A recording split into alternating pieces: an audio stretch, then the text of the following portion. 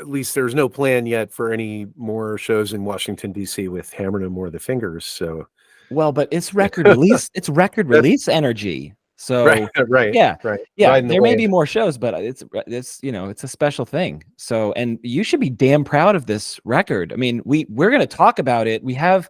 You're good to go until 2 because I know you've got a busy schedule. Okay. Yeah. I know that these things, 2 hours seems like a lot of time, but it's going to fly by.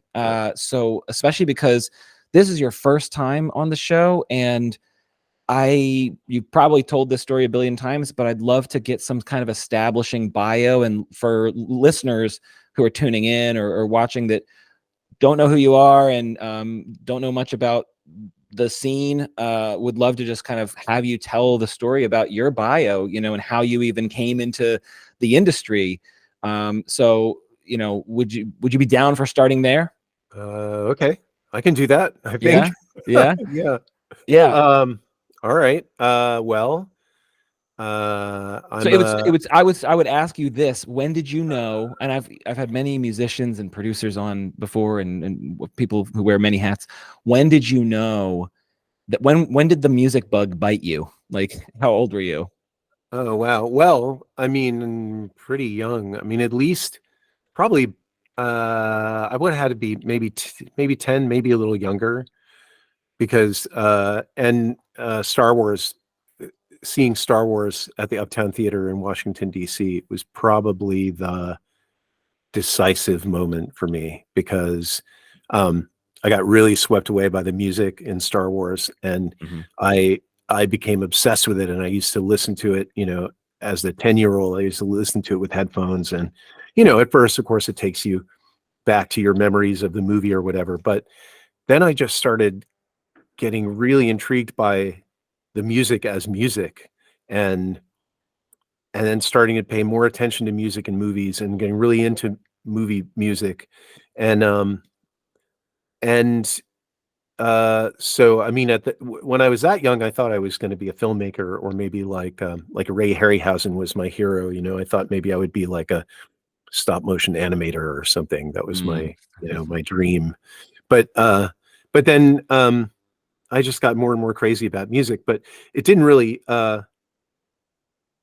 It's not like it. I had these sort of like childish, like kind of vague, murky, dreamy ambitions that didn't really coalesce into anything. They didn't really have any kind of interface with the real world in any way, and that sort of went on into my adolescence. So I was, drawing and painting a lot and making these little stop motion movies with, claymation movies, and like got really into like 20th century classical music, like Stravinsky, a lot of Russian art music, Prokofiev, music that was like a little bit. Why does that not surprise me? Well, I don't know. It's like it's like, I mean, all the music that influenced the movie music that I love, basically, right?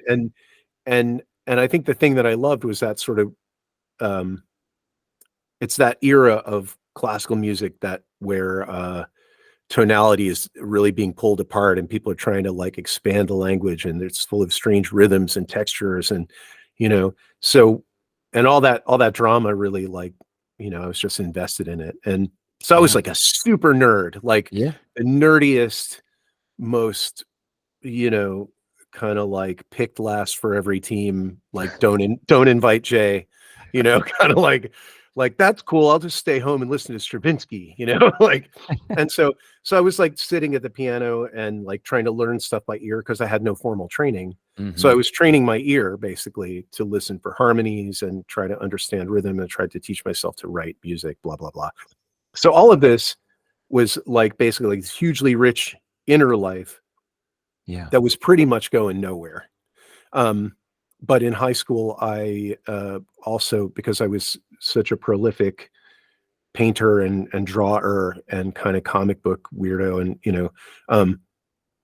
I ended up getting into this art magnet program at my high school, where you had to do a portfolio review, and then if you got in, you were doing art like for half the day, I think 3 times a week. Which high school was this? Einstein High School in Montgomery County. Yeah, my Oh wait, no, Einstein. Never mind. Yeah, I know what you're talking about. Yeah, go ahead. But anyway, it was a countywide program. People would commute. They'd get into the program. They were coming from all over the county, and that's sort of where I found my people. And all my people were punk rockers, and we bonded over all the other weird shit that we had in common. And then I think they kind of threw me a lifeline, and they were like, hey, we're going to this show. You should come with us.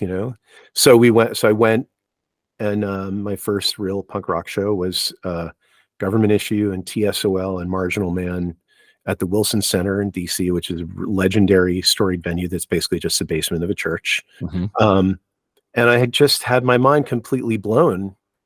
And that was where I was like, because I was really, when I was a kid, I was really obsessed with the idea that the world is full of rules and you need to like sort of have permission to accomplish things. You have to go through stages of, I don't know what, but like, like if you're a composer, there's a certain like I could teach myself to write music and put notes on a page, but that doesn't make me a composer. There's like, or whatever it might be. So I was really stuck in this idea that like I had my little world, my little monad out in the suburbs, but I was just intimidated by the idea, like, how will I ever sort of climb that mountain to get to be officially okay to do anything in the real world? I was just, it's pretty much of a bummer, so punk rock was amazing to me because it was obviously predicated on the idea that like, you don't need permission. You just do it. You have a thing in you that needs to come out. You just do it. And, it was just like, that was exactly the right thing at the right time for me. It probably literally saved my life. So, can I pause you? Yeah. What makes you say that? Well, just because I really didn't know, there was no other world in which I felt there was any hope of like kind of finding a niche, finding a way, that's just the kind of kid that I was. I really felt like an outsider's outsider. And I mean, I had friends and, people that I could hang with, but I just didn't, nothing was presenting itself to me as like the right way forward. And until, this, like, I got this like mega dose of this energy of punk rock. Right. And I just really felt like, wow, anything is possible now, I mean, in the way that I would have, I say that now, like it's real black and white, but only because it's obvious with hindsight. Right. But so you're just to recap, 10-year-old James Robbins goes to the Uptown and is blown away by Hyperdrive, Star Wars, the score of John Williams, and is nerding out in his home making stop motion movies. By the way, I wanted to plant a flag there and ask, have you ever considered, are those recordings of those movies still available, or integrating those somehow into a music video? No. They were on Super 8 film, like never digitized. Take them to the drugstore and develop them. But I lost a lot of stuff in a basement flood. Oh, drag. So, and I a little bit don't, really want it. Yeah, no, I get it. I get it. I totally get it. Most people, their early work, they're like, please don't bring that up. Please, I don't want anyone to see this. But I was doing these like real ghastly kind of H.R. Giger influenced paintings, and my parents were very sweet because they were like, it's really weird. Like they didn't equip me to like get out in the real world and like, they didn't equip me for the real world, but they were real cheerleaders of anything creative that I did. So for a time when I was a kid, I had these like really ghoulish paintings and drawings, and they were just hanging all over my parents' house. And I was like, please don't, but anyway. Those are supportive parents. They nurtured and encouraged, and you got into Einstein, and then you found your people. You're like, these are my people. Feel some belonging. I mean, everyone in middle school and high school, they're all, even the popular kids will tell you in adulthood, it's like, oh yeah, the imposter syndrome and like belong. It's just such a developmentally normal thing in life and development. But then you're talking about like, actually, once I went to the Wilson and I felt that energy, that's when something like really kind of moved the needle or opened up for you. Yeah, I felt like, it went from being like these few kids that I knew in my art class who were really cool, Mhm. um, who I just grew to really like love and admire and had great times with. I was like, okay, well, that's them. And then literally to walk into a room that's like hundreds of them, you Mhm. know, like, Yeah. and everybody's a weirdo, nothing seemed, that was 1984. So you could probably find, yeah, I'm sure you could find people who would say uh, things were fairly codified by then, but in my eyes, things were not codified. Especially compared to how it went on into the future, where Sure. people really had there's uniforms for every subgenre of punk music, blah blah blah. But so to me, I was just like, wow, this is a fucking amazing free for all. I love it, and it was How old were a you at little that a show? little scary too. I probably it was 60, 16 or 17. Mhm. Yeah. So Yeah. yeah. I mean, because Government Issue, perhaps some listeners will know that you played in that band. How long had they been around when you went to that show? Oh, they were one of the first wave of DC hardcore bands. I think they formed in 1980 or 1981. And Mhm. the first time I saw them was 1984. Mhm. And then I just became a total convert, and they were my favorite band certainly one of my favorite bands for a long time. I saw them many, many times. And I went to lots of shows. I just dove in, Mhm.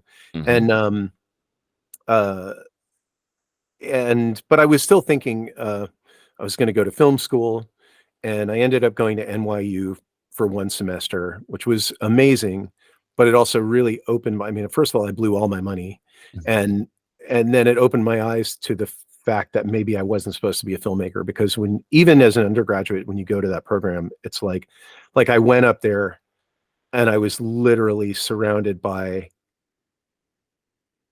bespectacled dudes with stroking their beards, talking about how they're going to get financing for their student film, and they have a script, and like, they were like real go-getters, and they were already in it to win it as like, freshmen Mhm. at the Tisch School of the Arts, which is how you have to be. And I Right. really was not. I was into my film theory classes, I was into my creative writing classes, but I really just loved being in New York. And, like, I saw some great shows. I saw Billy Bragg, I saw John Cale, like, and at the end of that, that summer, I came home sort of wondering how I was going to swing the next semester, or what even was going to happen. And I went into Smash, the punk rock record store in Georgetown, and there was a flyer there, um, with like, you don't really see this too much anymore, but like, like a flyer that was taped to the back of the cash register, and it had the little pull tabs that Yep. people, you'd like draw, right, just tear off a tab with a phone number. Uh-huh. And it just said Government Issue needs a bass player. And I was there with my friend Damon, who was really my punk rock mentor. And, and I was like, and at that point, it was almost like a joke in Washington, D.C., because GI was the band that would not break up. Like every other band, one person leaves and they break up. They So that's fall like, apart. Yeah. yeah, the legend of DC is like no band will survive a membership change, so no band lasts longer than 6 months, but you get this amazing band that plays 4 shows, and then they break up, and it's a legend, right? Right. But like Government Issue, it was like, oh, you're quitting the band? Fine, don't let the door hit you on the way out, like next. So they had, I don't know. Anyway, basically, so it was a little bit of a joke. And I was like, ha ha ha, I should go try out. I should, like, what if I tried out? What if I was the next bass player in Government Issue? And Damon was like, I don't know. What if you were, So I took the little tab, and I did it was the most uncharacteristic thing for me ever to do. But I actually called the number, and I went and tried out, What do you and think? What do you I think got gave you? in. You got it. Well, fuck yeah, you got in. Yeah. But like, but what do you think when you say it was out of your character? Yeah, right. I was like pretty risk averse dude, little guy, Okay, okay, fair enough. But something came over you that gave you the courage to try that. I mean, I hear the story. Your friend was like supportive, right? He was like, Yeah, yeah, why not? 100%. It was great. I mean, I went over to his house, when I was like, when I called the number, and, Tom Lyle picked up the phone, and he was like, all right, Wednesday night. And I'm like, holy shit, and I went over to Damon's house and we were like putting on the GI's records, and he was like helping me learn the bass lines, but I guess I did a good job because I got in. Yeah. So, which is probably, it's just like a life-changing moment when if I look back, I'm like, everything else that's cool that's happened in my whole life flowed from that moment. Right. That decision point. Yeah. Yeah. What counterfactual universe would Jay Robbins be? What occupation would he be in were he not made in that, not accepted in that band? Yeah. Yeah. No idea. I can't help but think it might not be so good, but who knows? Who knows? Yeah. That's a throwaway question. So that's cool. It was a really meaningful point. So then and again, we're to get to Basilisk, because I want to talk about this. We're gonna have to plow ahead over some of but I do want to get more of your biography of want me to see if I can do like real condensed version? I mean, again, I'm look, as a therapist, my time management, I'm like, they're usually hour sessions. Couples do 90-minute sessions, but my timekeeper part is very high sharpened. So, but I love that this podcast is like therapy/comedy. It makes a lot of sense to me. Well, it's like and when you look at like what is going to be, it's tragedy. I mean, you can get people with very dark. I've had people come on and tell very sad stories. Yeah. But I'm like, I'm swimming in sadness all day. Not really. That's an overstatement. But like people bring their injuries and their traumas, and I'm like, how do I balance that polarity? And so I'm like, I'm not a comedian, and I'm not necessarily having large swaths of comedian guests on. But I'm like, if I make it a comedy podcast, then there's going to be an energy and a spirit, no matter what your occupation, that can kind of balance that out. But yeah, absolutely. So government issue, you try out. By the way, what were you nervous? I mean, you had to be nervous, right? Yeah. No, I mean, I was shitting it like completely, but I had no frame of reference for it, like very little. I mean, I played bass. My friend Derek, when he went off to college, he had been playing in this thrash band in Tacoma Park. And he was like, well, if you want to play in a band, you should play bass in Punchline because they need a bass player. So, I learned their songs. I had tried to write some music for them with no idea what I was doing. And that was sort of weird. And, it was fun. It was fun. We played one show, in Baltimore, actually. But that was before I went off to NYU. So really, I mean, when I tried out for GIs, the bass that I owned was a Fender, a short scale Music Master. And I had no idea that it was different from any other bass. I had no idea that I was playing a child's bass, and I had this Fender, I don't know, it was a Bassman or something, but it was real low wattage. It was like real quiet, small amp, and I took it. I can't remember if I took it to GI's practice or if they had an SVT there. I think they must have had a bass amp there, but basically, like, I mean, I don't know how much you know about Government Issue, but one of the signatures of that band is Tom Lyle, the guitarist, had an enormous guitar sound because he had like a mountain of gear. He would routinely play through two Marshall heads, but one of them was a full stack and the other one's a half stack. So it's just like this tidal wave of guitar, like nothing can stand against it, like, so, and it was, I thought they were very sweet. In my memory, they were kind of like, well, you're in, kid. And it's almost like, I kind of remember Tom sort of putting his hand on my shoulder and saying like, going to need to get you some real gear, So I was like, real gear? What do you mean? I got a bass right here. It was like, but that's so funny. Yeah. But, anyway, but yeah, so I was in GIs for 3 years, completely opened my world up massively. It's my first experience going into a studio to make records, my first experience, even just playing and trying to write music. And Pete Moffat, the drummer who joined right after I did, who the original drummer had left, and Pete joined. And, he was like a rock and roll kid. So he kind of mentored me as far as like understanding how the bass and drums are supposed to work together in a rhythm section. So he was very patient and awesome, and is still a dear friend of mine to this day. And, but so so it was just like a massive, that was my college basically, was, not within a year of joining GIs. I had toured all around the US. We toured in Europe for like 8 weeks. We ended up making 2 records together and a few shorter, sort of EP type things. And had a lot of insane experiences. And, at a certain point, I mean, it's crazy when I think it was only 3 years. Yeah. But it was 3 really high impact years at a really pivotal time in my life. And then that band just sort of came to its natural end finally, because even though I was in it for 3 years, the band was, had been going for about 9, which at that time in the life of a hardcore band, that's a serious, that's a lot, right? Yeah. So, and I subbed on bass in Scream for a minute. Right after that, their bass player was sort of out of the picture for a minute, and I helped them finish a tour. That was the point at which Dave Grohl was playing drums. Completely different style of band as far as how they went about what they did, but really like lovely dudes. And also I was like, wow, how lucky can I be? I joined my favorite band, then I joined my other favorite band. Yeah.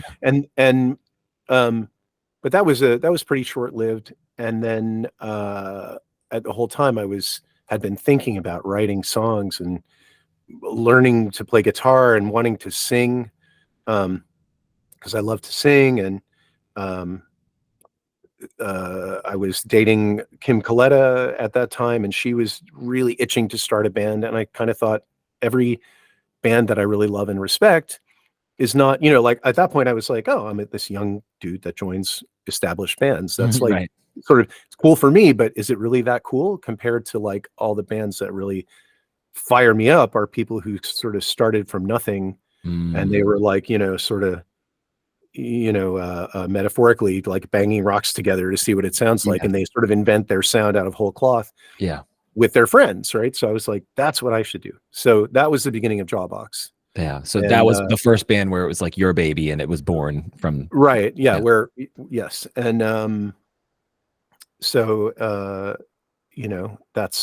was then the next 8 years of my life, in that band, learning how to sort of quote unquote lead a band, although Kim is also a very strong personality and presence, and was maybe if I was sort of musically the leader of that band, I think Kim was the one who was a real go-getter. So probably the fact that we achieved as much as we did is a lot to her credit, because she was just like, we're going on tour, all right, pick up the phone, do it, super organized, like got a vision, we're going to make this happen. So and it doesn't hurt that you're connected in the scene, at that point, right? Like, well, it definitely, I mean, my experience of having been in GIs and then for that moment in Scream too, like, I think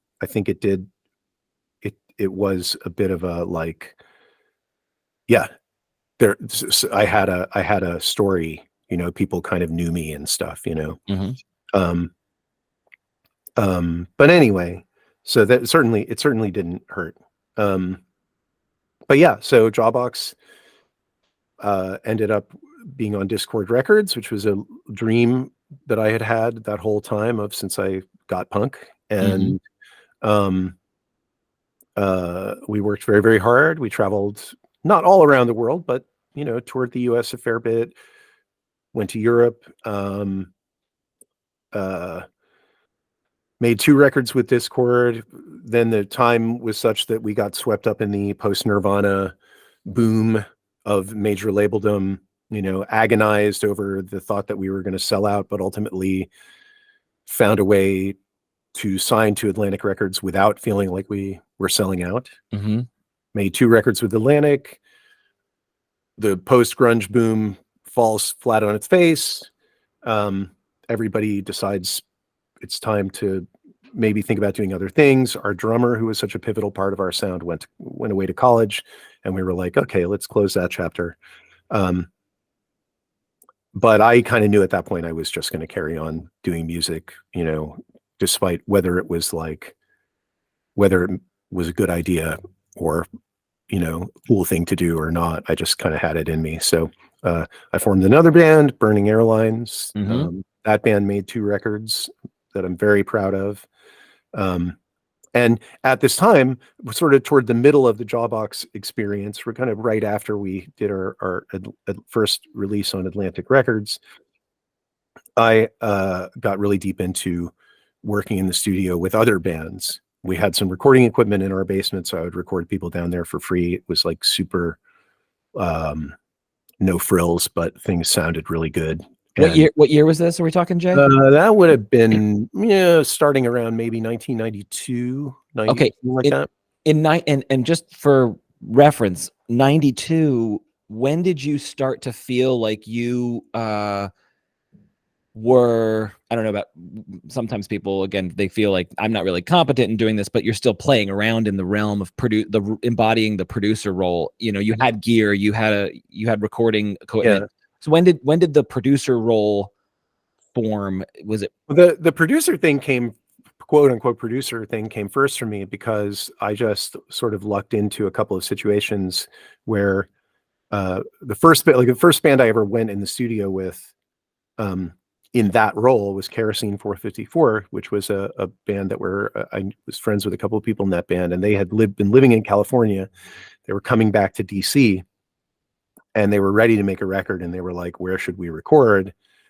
And I was like, you should do it where we just did our record, which was Oz, which was a beautiful studio in Baltimore. And Drew Mazurek had engineered that record. Ted Nicely had produced our record, but Drew was the engineer, and I got along with him really great. And I was like, why don't we, like, you should do it with Drew at Oz? And they were like, will you come with us and just kind of be the coach, kind of be the observer, like keep us honest kind of thing. Yeah. And, what year was this? Oh fuck, I can't remember the exact. I don't. I have a terrible memory for that, but it, probably 90. I don't know. Hold on. Drew Mazurek. I mean, I haven't heard that name in a while, but it's such a small world, just in the community. Wait a minute. I could probably tell you. Hang on. That's good. Dead air. Dead air is the enemy. No, I'm comfortable with silence in my profession. Yeah, but I have to remember in the podcast role. Yeah, exactly. Okay, so Situation at Hand, Kerosene 454, Situation at Hand came out in 1995. So that would have been recorded maybe toward the end of 1994. Okay. So that was the first time that I went in, and I was just like a coach. It was just like, somebody spotting you on the balance beam, right? Like, like, oh, I think we could tighten that up. Let's listen back. Like, oh, is the bass in tune, or did you guys remember to tune up? Blah, blah, blah, blah, blah. Was that a little fast? If it was slower, wouldn't it have a little more this or that, right? Yeah.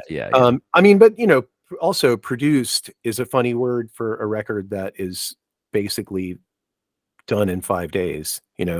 Like, you get in the studio on a Monday and you leave, Saturday morning at 2 a.m.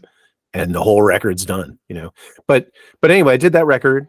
Then the next thing that happened was Texas Is the Reason, which was a young band at that time, but they've sort of gone on to sort of be, they have a major place in the history of what some would go on to call emo. But Texas Is the Reason, they were Jawbox fans, and they were like, oh, look, Jay from Jawbox is producing bands because of the Kerosene record. So they invited me to play that same role with them. That was super fun. Same thing we did. Drew engineered, and in that record, they were a much more melodic band, and so I had a lot more kind of input. I was like, Kerosene was like a force of nature, and Texas Is the Reason was much more of a melodious, songy kind of a band, and I could hear things that would help flesh out the songs, and I could just pitch ideas, once again, it's a 5-day record, so it's not like you have time to reinvent things even if you wanted to. But anyway, that's just really, that was a super fun experience, and I really, that was when it started really grabbing me, like, this is really, like, this feels right, like the right place to be. And so and then, just lucky for me, like things sort of developed organically from there because, they told two friends and they told two friends and so on and so on and so on. So, I mean, the power of word of mouth referrals is permeates all industry, it's like, cause it's reputation, it's trust, and it's, yeah, I it's mean, I powerful. think, and then, and then at the concurrently, then, the main thing too is like, I wouldn't have felt happy just being a quote unquote producer who didn't want to actually get his hands dirty and Yeah. have the technical, be sort of hands on about the technical side of things. But at that point, I knew very little. So that, once we had the recording equipment in the basement of the Jawbox house, I was actually doing more as a, learning how to engineer and get sounds that I liked and so on. So, and shortly thereafter, I got to a opportunity to run the B studio at Inner Ear Studios, which was, Inner Ear's DC.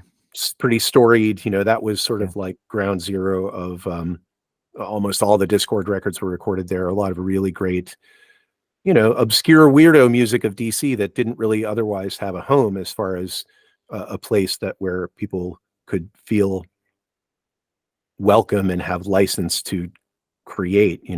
There's that permission thing comes back Yeah. again, right? Yeah. Like Yeah. the sort of quote unquote pro studios, Inner Ear kind of blossomed because the quote unquote pros were kind of laughing the punk bands out of the studio because they didn't understand. And Don Zientara, whose studio Inner Ear was, it started in his basement. Mm-hmm. Don is just like, a great lover of, patron of, creativity and positive energy. And it's just like, yes, let your freak flag fly. That was a venue for something new. So that studio really, that was an inspirational place. And what happened with me, I was really lucky that um, he moved out of his basement into a big commercial space, but he saved all of, and he invested in newer, more kind of high end gear, but he still had all of his um, old gear from his basement studios, a lot of which he had actually built himself. Like he designed and built a mixer and various other things. So he set that up as Studio B, and someone else was running it for a while, and that person left, and Don invited me to be the Studio B guy, and that was where I really learned almost everything that I know now. That and like hassling the engineers who worked with Jawbox, just going like, oh, why that microphone? Why there? Mm-hmm. Why this? What is signal flow? Blah blah blah. So, Yeah. yeah, and then I just kind of jumped into that world with both feet. Like I would, any opportunity for any amount of money or no money, doesn't matter. If you wanted me to help you make your record, fucking awesome, let's do it. Uh and then that's just pretty much the mode that I've been in ever since then. Um Sounds like for you were always curious, when you're in the environment. I remember this was like when I was ever like practicing at band practice in different bands, and everyone's like, we're gonna take a break, or we're gonna eat lunch, or we're gonna play video games, and I'd be like, I don't have a drum set at home. Like, can I like get on your yeah. drums? Like, you know what I mean? Right. Like this Yeah. curiosity. And so you were open and curious and always learning. And then sounds like Don was a real mentor to you in that, Oh yeah. I mean, producer engineer he's role. been a mentor to loads of people, I mean, Oh, of but course. just a very like, yeah, just one of the coolest dudes there is, I mean, and he would have a way of, if you wanted to know about something, he would have a way of explaining it, and yet also like uh keeping the mystery, so you were kind of like, well, I think I get that, but like I'm really gonna have to kind of dig in there and figure this out, like, take it home, take it across the finish line myself, Mhm. which is good. That's, because you really learn when Through you know doing. yeah, when you blend your way through it a little bit or whatever. When you actually get your hands on it, that's when you really internalize the lessons. But I Mhm. mean, it even there's a certain part of it too that even goes back to like listening to the Star Wars soundtrack. And because when you have like an orchestra recording and you're like that, capturing that thing. You're like, I remember being a kid and noticing at some point, like, oh, those are the strings, and they're sort of a little bit over on the left. And then like way in the back, the timpani, like boom, like the sort of spatial part of it. Yeah. And then that translates to listening to other kinds of music too. Like if it's like a pop production, and it's in stereo, it's like the use of the stereo field and the sounds of reverbs or the sound of an acoustic space and how it's captured. Like it's always like, I still get like psyched when I hear it, something like that in a record. And it just, it has a depth, and a kind of a story just in kind of where things are coming at you. So, but yeah, so that's kind of, it's, that's kind of the story of, my life into my 30s was just, Burning Airlines kind of flamed out. Um, but not before we went on tour in Europe, and in England, I met Janet Morgan, who is now my wife. Okay. So, and and does vocal harmonies on Open Mind, shall we say? Which we'll get to that. We'll get to that for sure. I want to ask you about the backing vocals sung by the daughters of Brian, Janet Morgan, Sarah McGee, Gil Cresswell. We'll get to all that stuff. So, Jay, oh God, you like did some research. I nerd out too. I talk to I talk to many therapists, so whenever I get musicians on, I'm like, it's a different creature, and it's a different, I love the fact that I'm like, oh, Jay's coming on the podcast, like I'm gonna download these albums and listen to them while I'm like driving around, you know what I mean, and listen to them with good headphones, right? Like so we'll get to that, but I'm curious. I wanted to ask you about, so you were being mentored by Don, and when did you, like, Magpie, people, for folks who don't know, the Magpie Cage recording studio is a very, like, how that's been in Baltimore. When did you open it up? Like, how long has that been an entity for you? Like the first time I mean, we moved to Baltimore in 2002. From where? From Silver Spring, from just outside DC. Okay. And at that point, I didn't really know any studios in Baltimore to the extent that I would feel comfortable working in them. And the Oz space was sort of long gone, as far as I knew. It wasn't a studio anymore. That's the space where I had recorded, where I'd worked with Texas Is a Reason, where we had done the Jawbox and Burning Airlines, had recorded there too.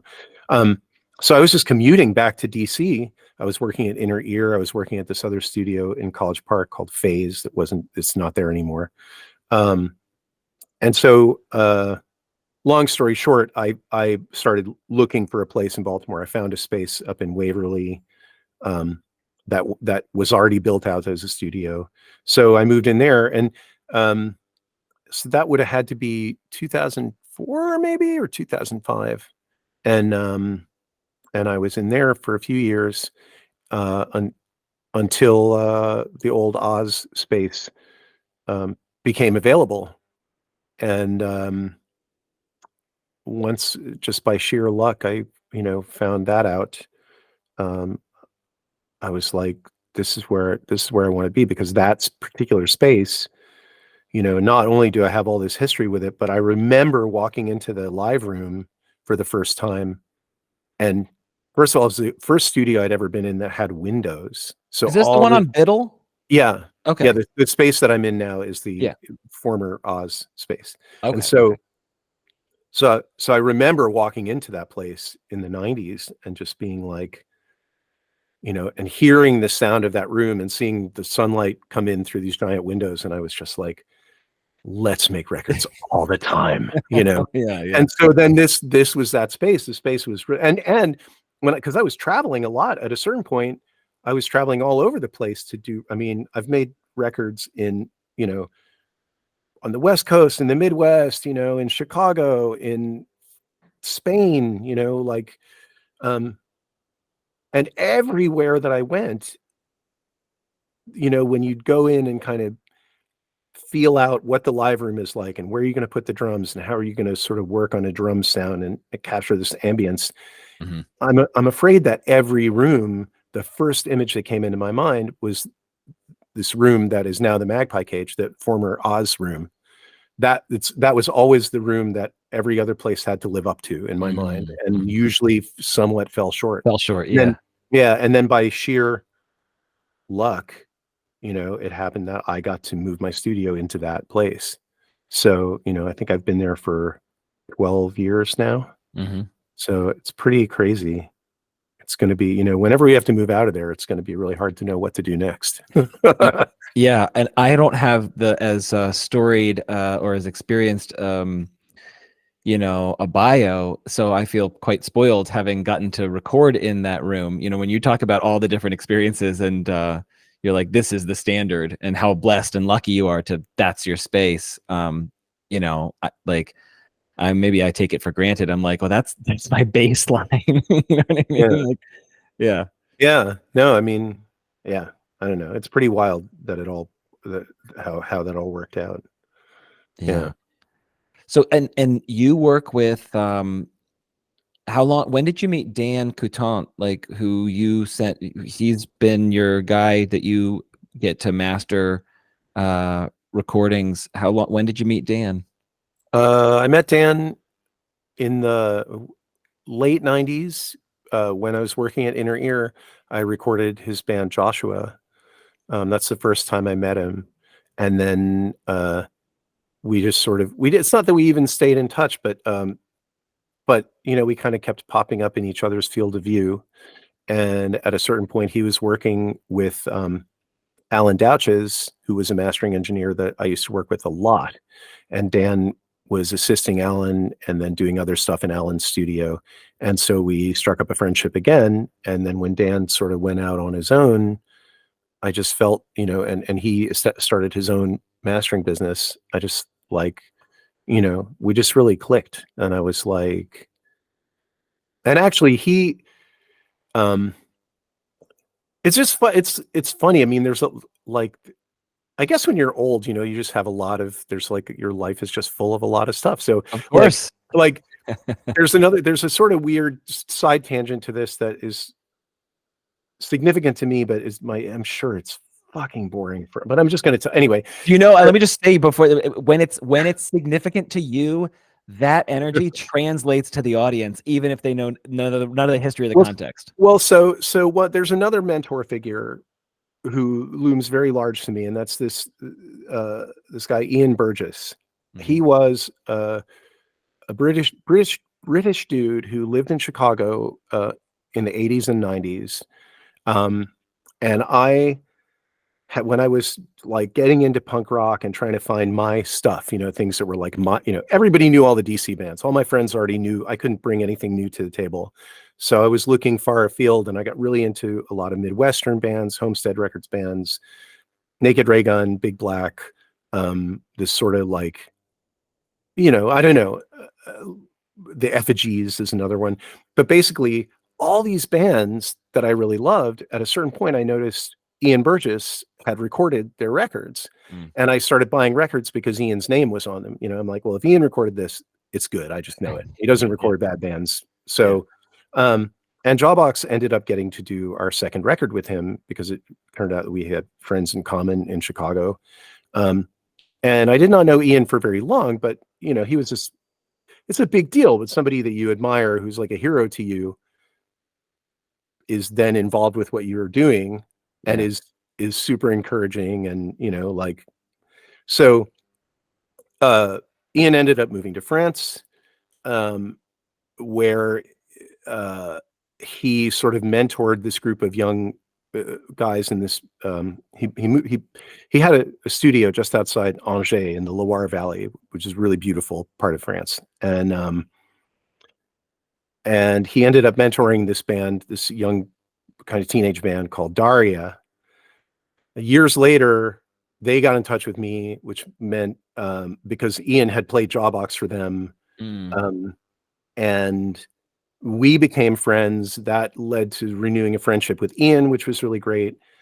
at a certain point, Daria made a record with Ian that they asked me to mix. Well, they were like sort of feeling like they wanted someone else to mix this record that Ian had recorded, and they reached out to a few people. Dan Coutant was one of them, and I was one of them, and we had a mix shootout, and I won the shootout. So I mixed the record, and Dan ended up mastering it. Can I pause you for a second for folks who, what exactly do you mean by how does a mix shootout look? What does that look like? Oh, it's just like they had one song that they sent to, I think there were 3 or 4 people that they were considering to mix the record. So they sent the files, the individual tracks for this song to 4 different people. Mm-hmm.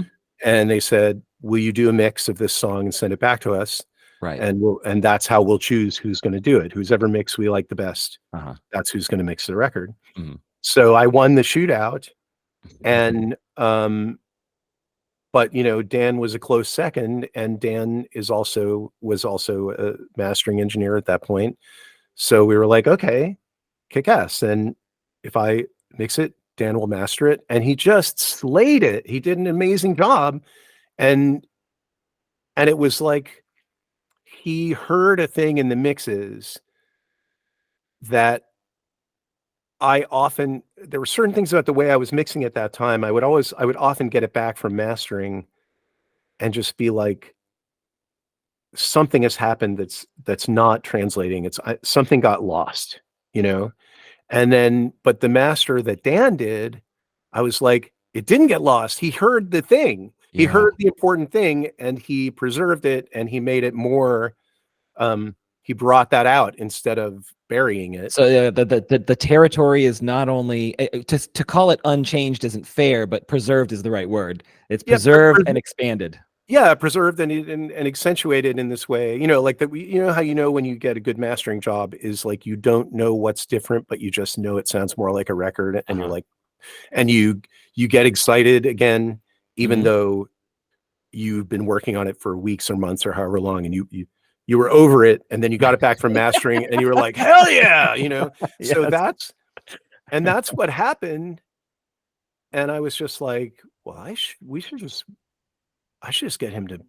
I should see if he wants to master everything I do, and that's sort of how I felt, and that's still how I feel. So 9 times out of 10, if I work on something, I really, unless the band has a strong preference to work with someone else, I just always send it to Dan. So you knew Dan from before, but it was the Daria working with Ian and sending to you in the mix shootout. That's what's forged basically this ongoing trusting relationship with Dan. Yeah.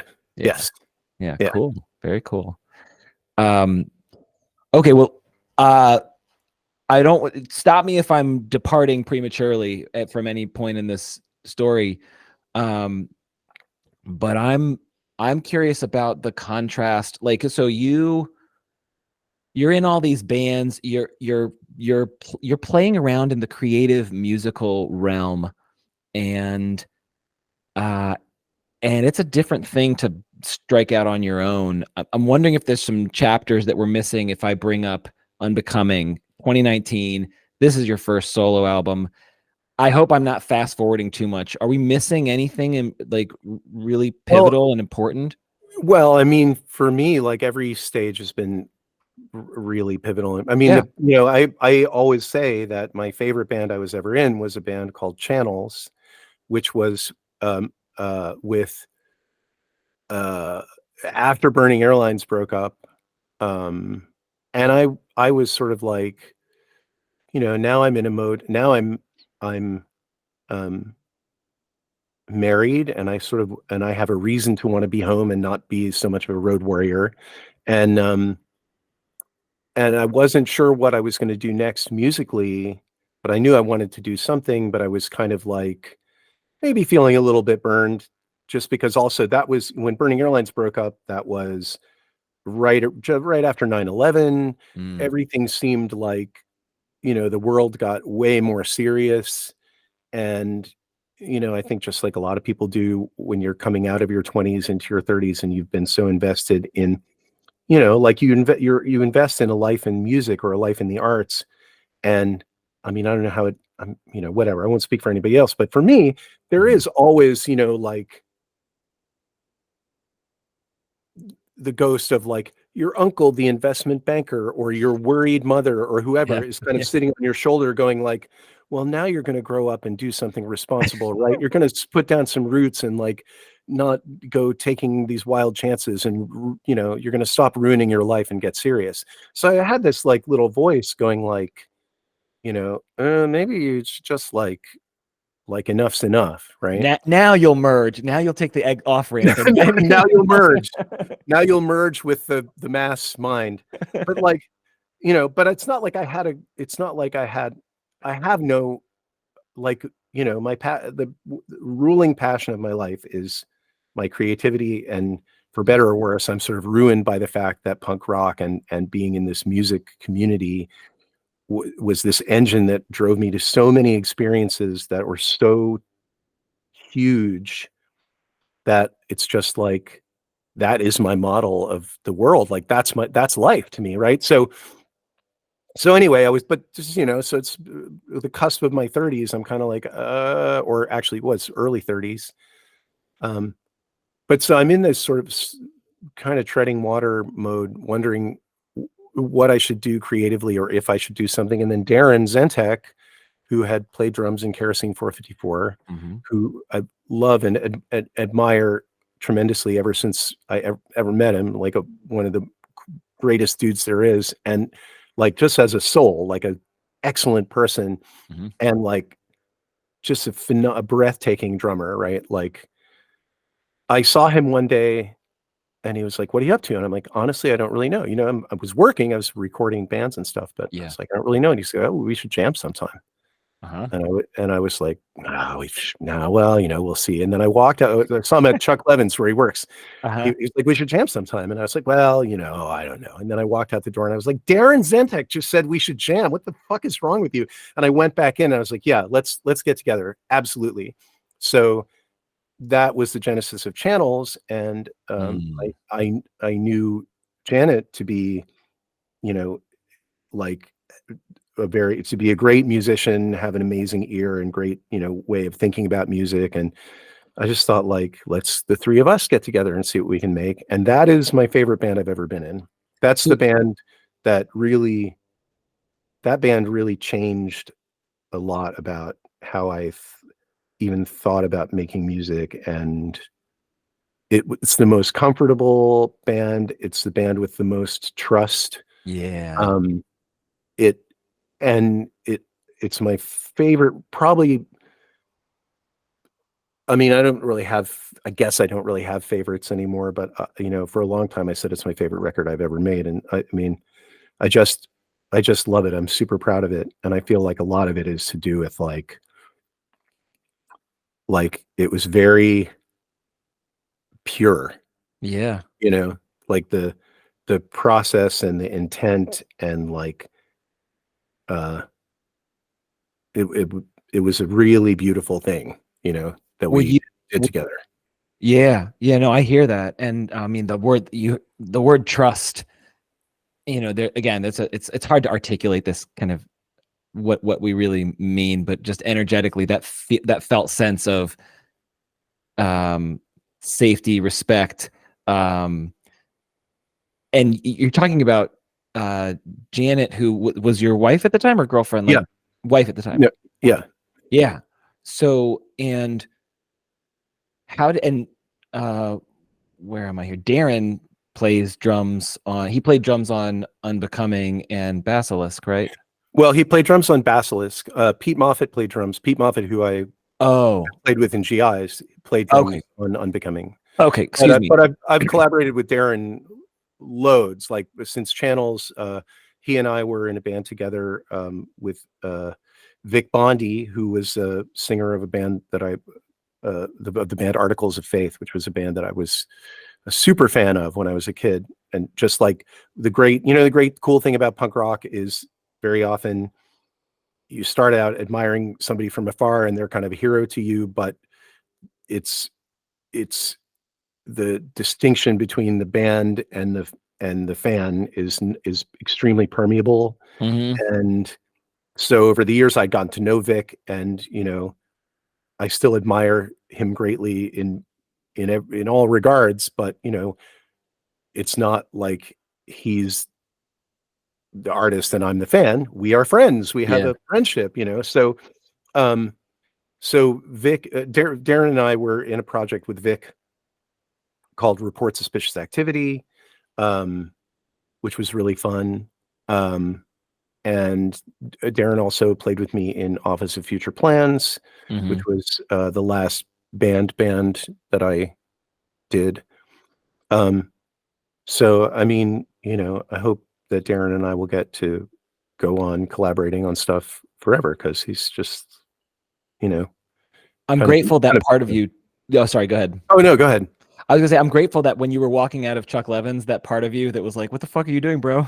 And then you turn around like, yeah, I mean, and say yes. Also, it makes sense to me when I was asking about your solo stuff that you mentioned. Now in the context of what you shared about, makes sense why we wouldn't want to skip over your experience with channels. And on a more personal note, I've been meaning to ask you this: how did you and Janet meet? How did you and your wife meet each other? Janet was working at Southern Records, which is a label in England that had a distribution arm, and it was a label that was started by the band Crass, and then it blossomed into a label and distributor, and they were the people that manufactured and distributed Dischord and Touch and Go records in Europe. And so Burning Airlines was on tour, and we were in London and stopped by the offices of Southern Records because it was a bit of a pilgrimage, and Janet was working there, and she came to the show, and we met for like a minute, and then we had sort of a long distance courtship over the course of about a year, where like I was really smitten to the degree that I couldn't believe. Like, Janet also had this job where she was dealing with loads of people in bands, and she was cool to everybody. So if I got an email from Janet, I was like, she's probably just being cool to me. Yeah, she doesn't really like me in that way, And then eventually, she invited herself over for a visit, and just,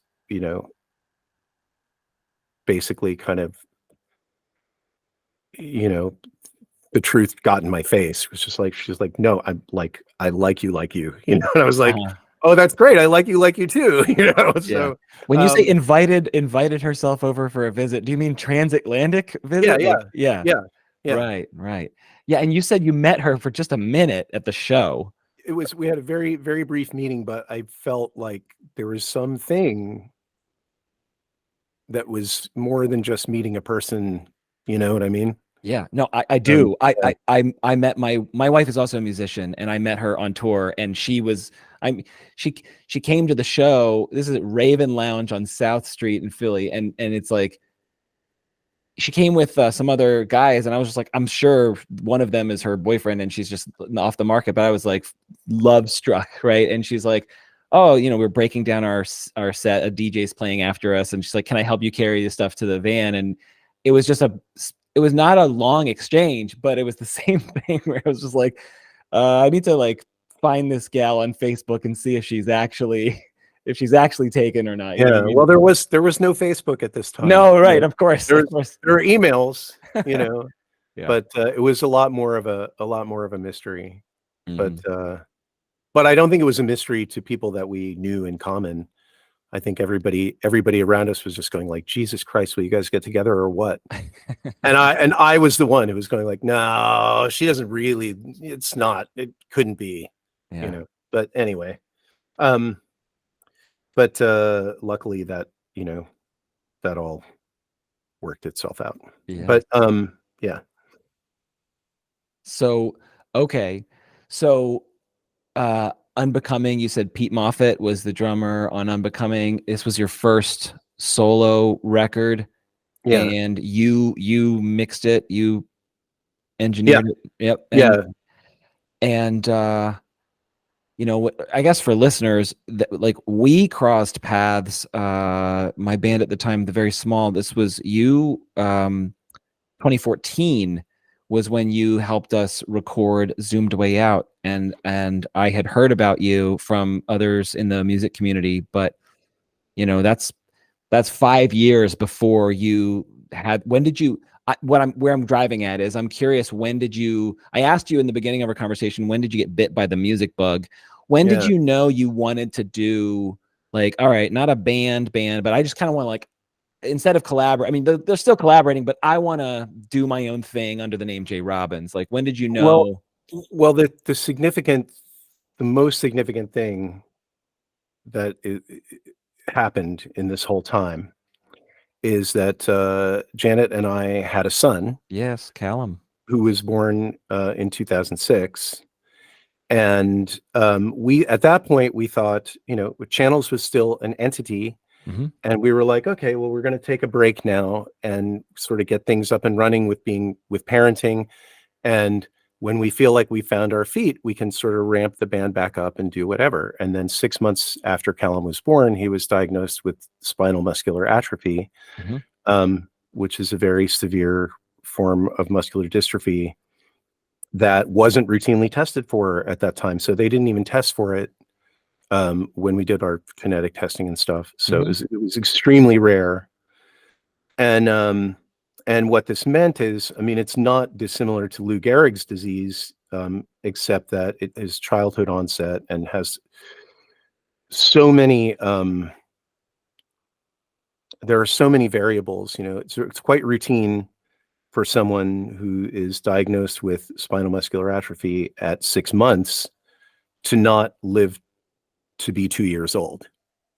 That was the initial prognosis. And so our world got really turned upside down at that point.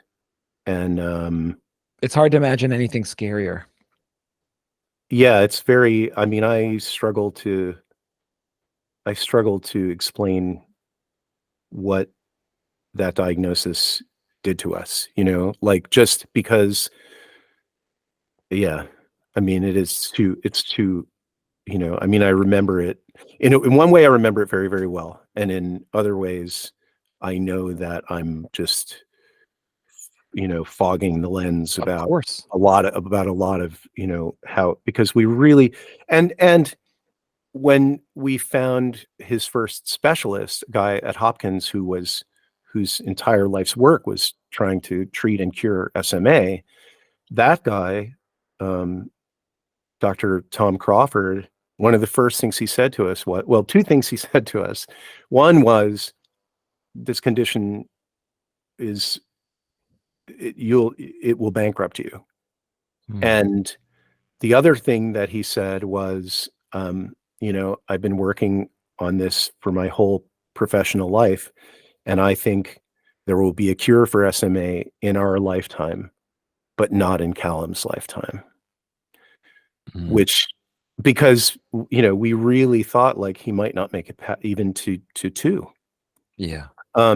So, you know, at that point, I was just like the idea that I was going to put any kind of energy into making music, that just fell right off the, of course, right out of the picture. Yeah. And it's hard for me to say, you know, and you know, eventually we found some sort of equilibrium. People were amazing. People really came to the rescue. People all around us in the music scene, and thanks especially to Kim Coletta and Bill Barbeau, my ex-Jawbox bandmates. They started a fundraising effort and reached out to people, and people did benefits. And because there was literally nothing, like, conventional medicine offers absolutely no, like it literally was a case of take him home and love him, you know, love him while you've got him. The medical model is saying that, and you're like, yes, okay, right. There's nothing that we can do, that it's just palliative, basically. Like, it's just like, try and give him as good a life as he can have while he's here. And so we went a little nuts, you know, in terms of, like, looking for alternative medicine answers in alternative medicine. And yes, but we also found a balance. We found an equilibrium and a way to make things work. And, you know, like, the fact is, like, this child is alive, right? Someone is telling you he might not live to the age 2, but today he's right there in front of you and he's alive and he's like fucking amazing, you know? And you just got to do whatever you can do. And you know, like, he's got to have a great life while he's alive. So we found a way to really, like, I mean, we felt it was, you know, I mean, we worked really hard at it and there were a lot of ups and downs, but we found a rhythm, we found a way forward. And you know, eventually as things sort of gained some degree of balance, um I realized that not making music in some capacity was making me really unhappy. Like, Yes. something was really missing. And so I Yeah. started, but you know, my version of that was like, it's 11:30 at night, everybody's asleep, Callum's asleep. I'm gonna go to the computer and mess with the drum machine and Mhm. use a software amp and just I've got, you know, I'll play guitar for 20 minutes and here comes a song all of a sudden. And Mhm. you know, put this idea down, put that idea down. And even just that little bit, I was like, "Oh shit, everything feels lighter, everything feels better, like there's a missing piece." And Yeah. I mean, I think it made me probably no, not probably. It definitely I mean, it made me 100% easier to live with as a person and a better parent and everything, and I wasn't thinking anything beyond, like, tonight when everybody's asleep, I'm gonna put down another idea on the computer. You know, driving somewhere, I'm gonna pull over and dictate a lyric idea, Yeah, add yeah. into my phone or whatever, you know? Yes, yes. But, and, sorry, just dropped something I was fidgeting with. I can find it another time. But, so eventually I had a bunch of songs on the computer and I was like, it would be great to record these. And, um, so but, you know, at that point, you know, I think Janet has never fully come back to wanting to be engaged with music making in the same way that she was in channels. She still has it. She still makes music. She's Mhm. done some amazing kind of electronic based things that she's put up on Bandcamp. But but she's not wanted to like throw herself into anything, you know. Yeah. And you know, um uh when Callum was still with us, of course, also there was just time, you know, like she was Callum's full-time caregiver. Mhm. But anyway, so I had these songs. Eventually, I had an album's worth of songs, and I asked Darren to, you know, and I had the studio because this was, you know, I mean, I'm still recording bands. I'm running a studio because that's my livelihood. That's how I was supporting us. And uh, so the fact that I had the studio and we were able to make schedules work and stuff, I started thinking like maybe I should just I can. I thought this is a solo record. A solo record means you don't have to tour, you don't have to do anything, but at least I could put it out, you know, Yeah, yeah. somehow. And I thought I called up Darren and asked if he would want to play on the songs. And then um, at that point, I was good friend. I had been friends with Brooks Harlan for a while. He had his amp repair shop in the front of my studio at that point, and I knew I knew Brooks and I really clicked, and he's an incredible musician. So I was just sort of like, and I knew Gordon at that point. You know, same deal. Somebody who's just an incredible musician and an incredible collaborator. And so I knew those guys, and I was like, maybe we can record some songs. And I was just scared to even. I knew it was in my mind it was a solo record, but I was like bashful to call it a solo record. I get it. I totally get it. And and then once I was fleshing the songs out with those guys, I was like, oh, phew. This isn't a solo record. This is a band. That's a lot more. That's better. I know what a band is. I Yeah. can be in a band. Yeah, yeah. And that was Office of Future Plans, you know, and which did a lot, even, you know, though obviously it was all within the you know, I mean, being Callum's father, that is the overarching fact of my life, right? By the way, But I should just say, like, for creatives and particularly musicians that are listening to this conversation, like, who have been in bands where other band members got married or like had kids, like, parenthood can do a number and can take people out, right? Many guys and gals are like, well, that's now my thing, and I can't tour, like, I can't do this stuff. So, like, even just garden variety parenthood, like, takes people put their a part of their musical soul on pause. And I just have a lot of admiration for you, Jay, because you were talking about how, you know, becoming a parent does this big, huge shift and this transformation and everything. But then, of course, your son had different needs, and you had to lay down your musical self, you know, for more than a moment, let's say. But you also couldn't turn it off. And you didn't say this. I was kind of fantasizing, like, oh, maybe Jay was like irritable and like not great fun to be around because this part of himself has been put in a drawer and is waiting, like dormant, like hibernating. And then you had the fortitude or the perseverance or the wisdom to listen to that shit and honor it and be like, yeah, this is who I am. I have to honor this part of my soul, essentially, or else bad things will happen. It kind of is that way, you know. I mean, I feel like people, I feel like, because I think my mom was this way. Like, my mom had a youth that was full, as far as I know, was full of creativity and music. And like, you know, she had like, basically there was a side of her that when she became a parent, she absolutely, like, she just amputated it. It was gone, and she was bitter for the rest of her life. She was really a miserable, you know, largely a miserable person. And, you know, I feel like people that I know, I mean, of course, you know, it's a tremendous responsibility. So you have to be a serious person. You have to, like, you have to take being a parent seriously, you know, like, duh. Right? Yeah.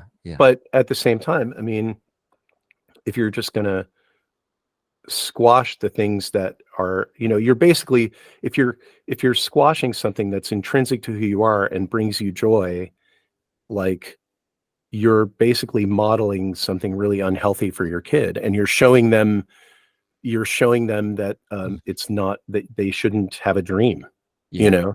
No one's, let me say this, no one's ever amputated a part of themselves and gotten away with it.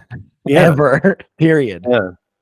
So, but, you know, I mean, the whole thing, it was, I mean, that time was that time of Callum's early childhood was really, I mean, there's so much in the mix. There's so much that's quite intense to talk about. But I mean, basically, the other thing that I realized, you know, which I've always said this whole time along, right? Like, there's been a thing, you know, back in the Jawbox days and GI's touring days, you know, and in the world of music, people always, very often, you know, the culture at large has this orientation where you think about, quote unquote, making it, you know, and your band, you know, your band's going to get big and be huge and be on TV and you'll be a rock star or whatever. You'll go to the Grammys. Yeah. Yeah. Whatever it is. Yeah.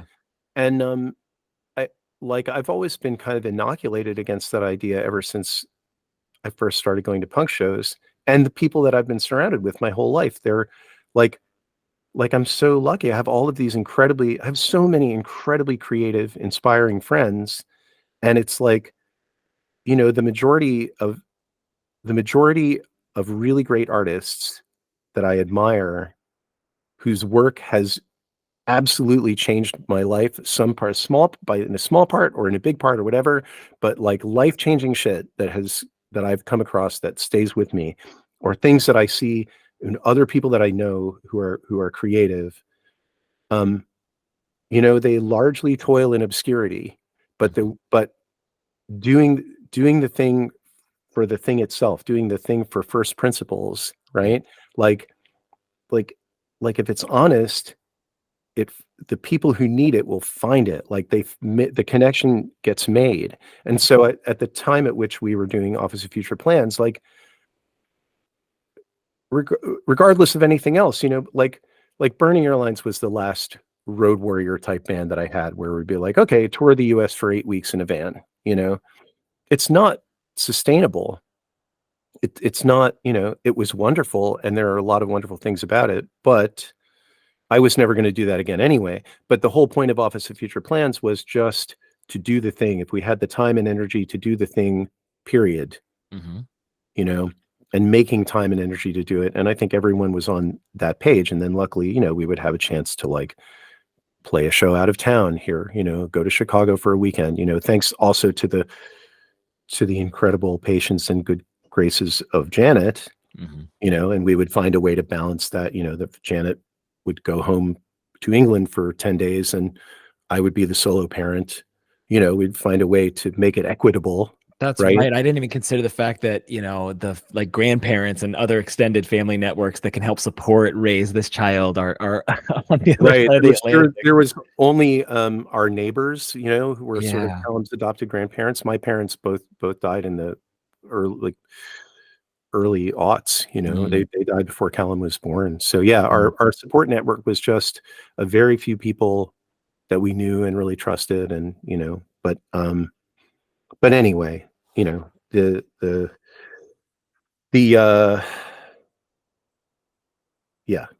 so I mean, I like what you said about if it's honest, the people who need it will find it and make that connection. I really, really like enjoy that, and what you're talking about with regards to first principles and how most people are toiling in obscurity. It really is like it's a mistake. Like if you want to know how to like play the game of life, you know what I mean? Like in this earth world, like people figure it out at different ages. And I remember what it's like when you're young and hungry and thirsty. You have these dreams, but that's a false pathway to happiness and satisfaction. Well, I won't totally, stand up on my soapbox, but I just feel like, okay, we live in late capitalism, and that's the lens through which, it's baked. It's like baked into you from the moment you're born, this paradigm of like things being a job and what does success mean and like all the rest of that stuff. And the idea that creativity is just an intrinsically human thing, that like music is not a product that is, like it's not intrinsically a product that you buy to decorate your space or decorate your state of mind or whatever, like it's not widgets, it's a language, it's an aspect of like of something ephemeral that is like central to being a person, and it belongs to everybody. And it's like, okay, so we live in late capitalism, and I made a record and I'd like to sell records. It's a fact, right? I would love to sell those records, but the important thing is the point of doing it is I made a song that said something that felt really true to me, and I felt like it had to come out. And I put it together with my dear friends. We all rode this wave together. The thing is now out in the world, and it reached somebody and they heard it and they were like, I know what you mean. I have a use for it. I'm like, we're plugged into, so it's like we're reaching each other. Yes. So like, it's not like I'm trying to, I'm not off on some like kind of woo woo, like, spiritual trip with this. But I am saying like the model of like music being a job that you're going to work at till you make it, and then if you don't make it, then music is not for you. It doesn't really work for me. The point of it is it's a language, and it's a tool to be more. It's a tool to understand yourself and understand the world and bring, it's just everything. It's like it's not just something you can boil down like that. And so, like, I mean, that's why I'm just going to go on doing it until I fucking keel over, because hell yeah, whatever. If it ends up that, 5 years from now, all I can do is like go on a street corner with a guitar and like strum away till somebody tells me to leave. Well, that's gonna suck for me, but I'm probably gonna do it, you know, or I'll make little demos and put them up on Bandcamp and no one will hear them. Well, I'm still gonna fucking do it. So, I mean, anyway, so at the time of our conversation, you're 56. Yeah. So to your point, by the way, I don't view it as a soapbox. I think it's an important message for listeners at any stage in their like musical path and musical career, or any creative arts and endeavors. I mean, it is in essence a creativity. You don't like they talk at schools about like intrinsic motivation. They're like, this kid is doing it not for the reinforcer. They're not doing it to get the candy. You know, they're not doing it for the money. They're doing it because they love it. Right. And so it's almost just in there and it's got to come out. Right. And it's almost a corruption of the essence that's natural in us creatively to like assign, you know, like some external condition and like, oh, I'll only feel validated once something happens. Like the real validation is kind of what you were talking about with, I'm going to honor something that's true inside of myself. I'm going to find a way, like a tool, express it. It's got to come out of me. And I'm not in a vacuum with this. Like, I know it's going to resonate with someone else. And that resonance think about the music that you and I listened to when we were middle schoolers. Right. Well, even now, I mean, that's exactly my point, is like, I know what certain songs have done for me in terms of like being able to live in the world, you know, and feel like I'm not alone, and feel like, or just, you know, enter a kind of speculative frame of mind, or entertain my, you know, open my imagination, or just like, you know, like turn a gray day Technicolor or whatever it is. Like it's like music has done that for me, you know, coming from all quarters at unexpected times, or because I looked for it or whatever. It's like, you know, that's like, I mean, that's why wouldn't you want to participate in that kind of energy, that kind of exchange, you know? So, I mean, that's why I just feel like I'm never, you know, I just want to like go on writing songs and writing music, because I just feel like you never get to that point where you're like, well, now I've done that and it's perfect. I've done it. I've accomplished it. Put a bow around it, and I never need to do that again. Yeah, because, right. Because it's an endlessly expanding thing, you know? Yeah, that's right. And you, by the way, gave the caveat, not to get woo-woo or spiritual. By the way, for longtime listeners of this show, they're like, we know Rob, that's welcome here with Robin. Yeah, what was I gonna say? There is this thing to purpose, you know, like you're here, we're here on Earth, and there's a purpose. It might be a mystery to us, and we haven't found that out yet, you know, again, at different ages in the lifespan, but like there's a purpose. And obviously it's very obvious, like whoever you are, you've got gifts that other people, they have their gifts, but they don't have the same gifts as you necessarily. And like the purpose, from just a non-specific way of articulating it, the purpose is to like discover what your gifts are, and then like honor that shit and share it with the community that you're a part of. Like again, if I go back to like the game of life, do you want to like play the game of life correctly? Like, well, one of the ways that you don't play this game correctly is by lying to others and lying to yourself. We kind of know, we can pressure test that rule, that like fucking there's hell on the other side of that choice. You know what I mean? You're playing the game wrong. But there are rules, like to the structure of reality, and like to the musician, play the game of life is played correctly when the musician doesn't amputate his musical self or her musical self, you know? Yeah. No, I mean, no matter what their age is. That's why I'm like inspired, because I'm going to be 40 in May, and I'm talking to Jay fucking Robbins, who's 56, and I can't wait to go participate in that energy at Comet Ping Pong. This is a great time to plug it. Right. Hold on here. Let me pull up my calendar. On February 24th, Comet Ping Pong in DC. To go into that, there's all shows have similar and different energy, but this is a record release show. And as someone who's sort of like age wise, like a little brother, you know what I mean? To look at you and be like, oh man, I hope I'm playing the game of life correctly and not dishonoring my purpose and my gifts. And I hope that I'm doing something somewhat similar, you know, in terms of honoring my musical self when I'm 50, 56, 60, whatever. Like, you know, like you were saying, like I'll just be busking on the side of a street or whatever. Like, yeah. I mean, you know, there's lots of other things that I could imagine doing creatively, but you know, I'm not throwing shade at the idea of busking on a street corner either. I think that's kind of cool. I hear you. We have to get to the album now. We have to because of time. So we're gonna skip over some other stuff here. I want to ask some maybe like non sequitur questions before we talk about Basilisk, and that is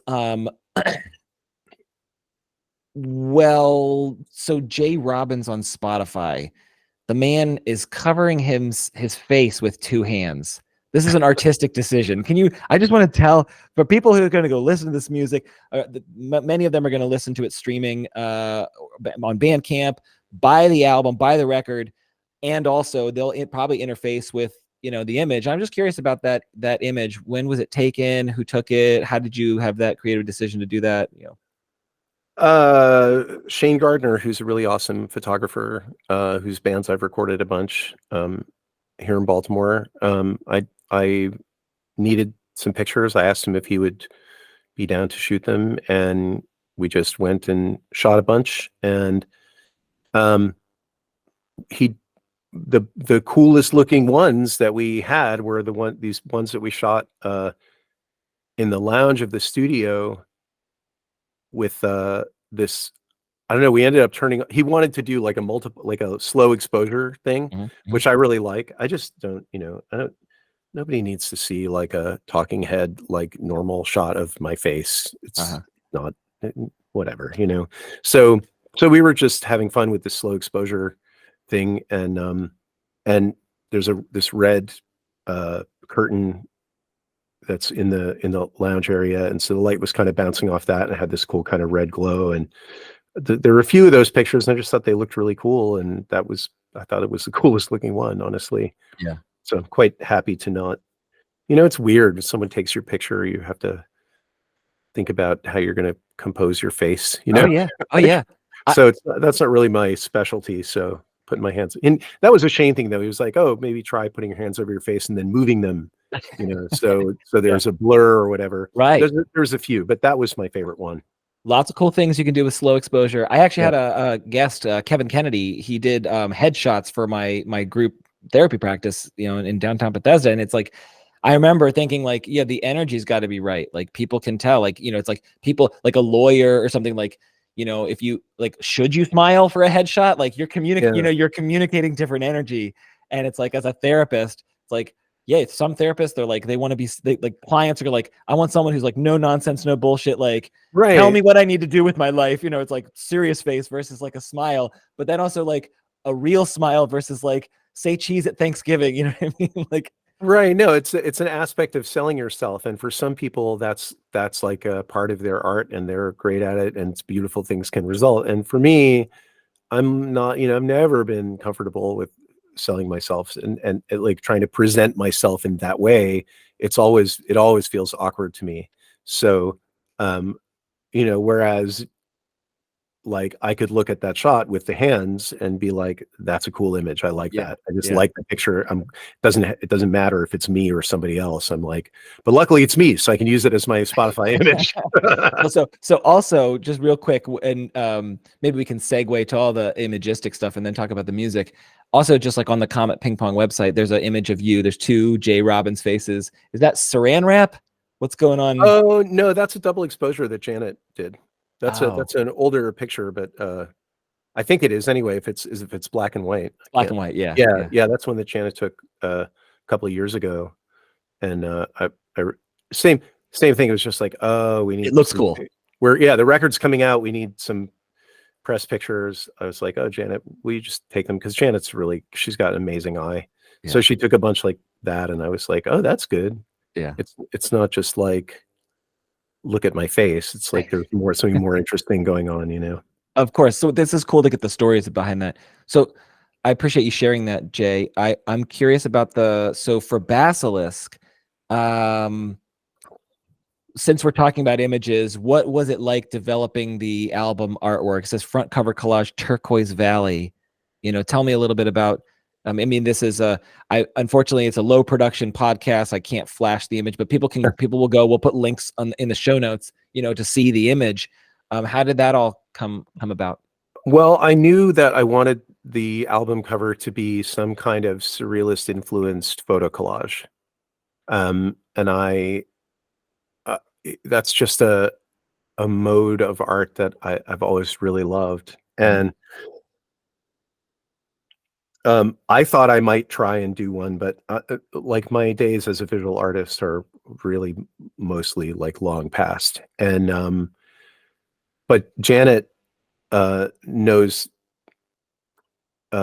these artists in London, Keeler Tornero, who are collaborative photo collage artists, and their work is just all amazing. So with her encouragement, I reached out to them and asked if they would be up for letting me use a piece or doing a piece for the album cover, and they were really open to it. They were super sweet, and so I just looked through a bunch of their work, and so I found this piece, which I think is actually from 2017, and it was just a gut thing that I saw it, and I just felt like that is the album cover. That feels like the right image. And then I commissioned a piece for the back cover that's about sort of taking a selfie of me and sort of cutting it up and putting it into I just sent them a selfie. I was like, will you do something to transform this? And I can still be in there, but like don't worry about making it look like me, just right. So they did a really cool piece for the back cover, and I just think their work is great. I love it. It's super whimsical and has a kind of a darkness too, and yeah, they're great. Did you have the name? Did the name of the album, was that already selected before or after getting the artwork? The name was I really didn't know what I was going to call the album, but so I was just going through the lyrics and kind of pulling words that seemed evocative or like just that felt like a good title to me, and Basilisk just kind of won the shootout, because it's in the lyrics of the second song, Exquisite Corpse. And I thought that's so it's a bit what's in a name, but it's weird when you're trying to title things, and you don't want it to be, so for me, like something that's super on the nose or easily readable is like just feels not right. It has to feel like, if it seems like the sweet spot for me is if it feels right and you can make the connection, but you have to sort of think about it for a minute. It's like a tangentially connected somehow. Then that just is the sweet spot for me. So that's why it's called Basilisk. I mean, and a little bit because there's a sort of a thing about, I think, in the process of all these songs coming together. Because the other thing was, it's not like I wrote the songs thinking this is a group that is an album. Right. I was thinking I was intending to make a second album, but I was writing and trying to have way more material and see what wanted to come out, and then figure out what kind of album it would be, and have things left over so I could sort of feel like I'm choosing the things that really belong together. Yeah. And so Jawbox used to just be like, if we had 8 songs, we're booking studio time, we're like, well, that means we got to get 2 more songs together, let's hustle. And then whatever that is, that's the album. That's the grouping. Yeah. So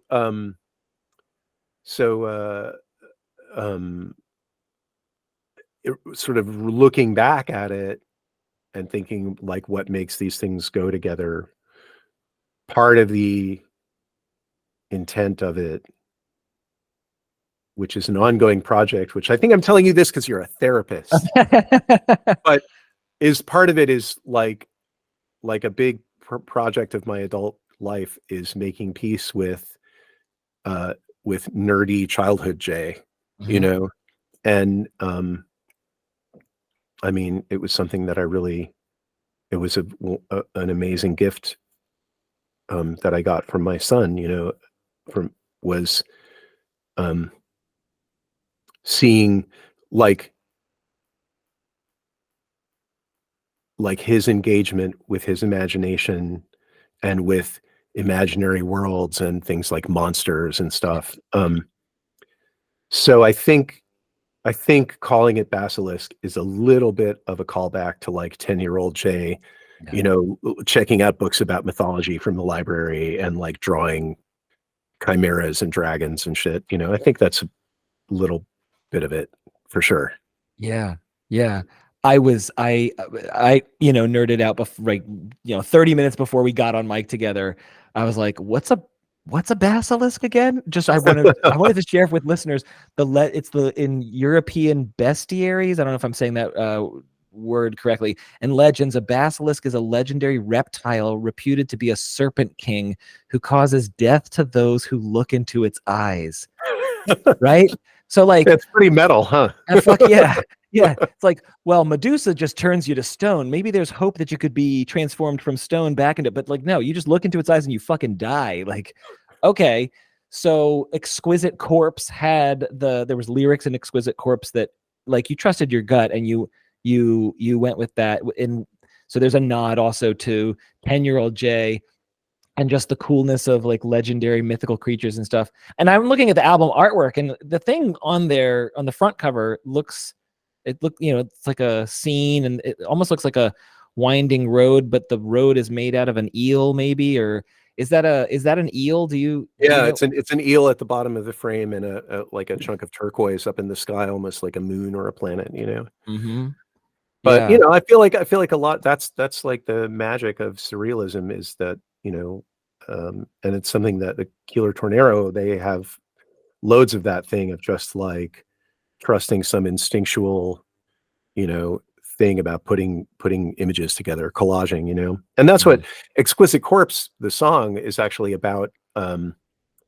It started out being a little bit of a not a bitch session, but it started out being a little bit of me venting steam about the kind of some collaborative situations that I have been in that felt competitive, that felt like, you know, when you're in a situation and you're trying to put something together collaboratively, but no one is really listening to each other, and you still kind of jam that shit together. And, you know, in the end, you might be able to look back at it and say it's cool or whatever, but it doesn't feel like the kind of like essential communication and like connection that you were like longing for didn't really happen. And this is also, you know, it's one of those, I mean, band things and being younger, and especially like for dudes, you know, that whole, it's an endlessly fascinating world to me. The thing of like competitive, like friendly competition.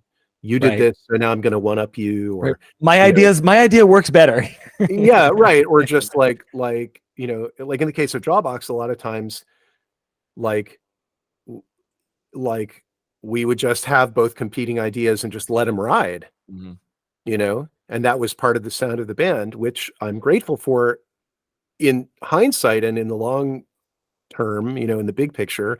But the experience of it was often just like, does no one hear me over here? You know, like, so, but so it was a little bit like kind of talking about that kind of stuff. And that was where Brainchild you know, the idea was like Exquisite Corpse is that game where you fold the paper into 3 panels, right? And so it's a party game. You like one person draws the head and the shoulders with the neck leading down off of their panel, and then flips it over to the next blank panel and gives it to the next person. So they can't see what the other person's drawn. They draw the middle of the body in their whatever fanciful way they're doing with lines that lead to the next panel. They flip it over to the next person who can't see what's been drawn, and they draw the feet. And then you unfold the page, and you've got this weird composite creature that's made up of 3 different people's ideas that had no idea what each other was doing. And very often it's like super fucking cool and a lot of fun thing to do, right? But and it's something, it's it's a game that was invented by the surrealists, who really prized that idea of this unconscious collaboration, that some new meaning or new meaning would be thrown up, or new door would be opened, by the unconscious, or this unconscious kind of connection. But, now you're talking my language. And like, I think that's fucking awesome. I got a lot of time for that. But there's a flip side of it where, for me, creatively writing music and stuff, for better or worse, I tend to, when I start to have an idea, I'm driven to see the big picture, even if it's not fleshed out in every detail. I still, I don't, like I can never just write a riff. What am I going to do with a riff? Well, you're going to turn it into a song. Let's talk about the song. That's what I want to know, is how all these things are going to fit. And, and if it's not fully fleshed out, then it's wonderful to have collaborators who bring something different from a different angle. But when you know that they are understanding, they have some understanding of what you're bringing.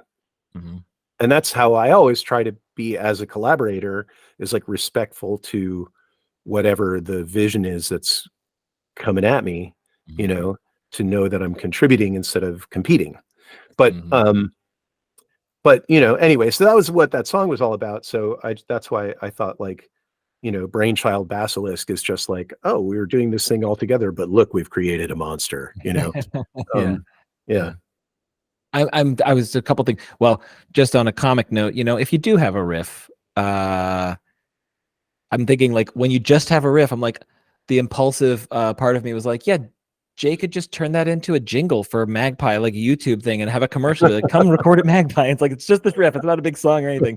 Right. Well, I mean, like, and whatever, like, music could take a million forms. So it's not like there's no honor in coming up with a riff. I just mean, personally, I'm not, I always want to expand it until it's,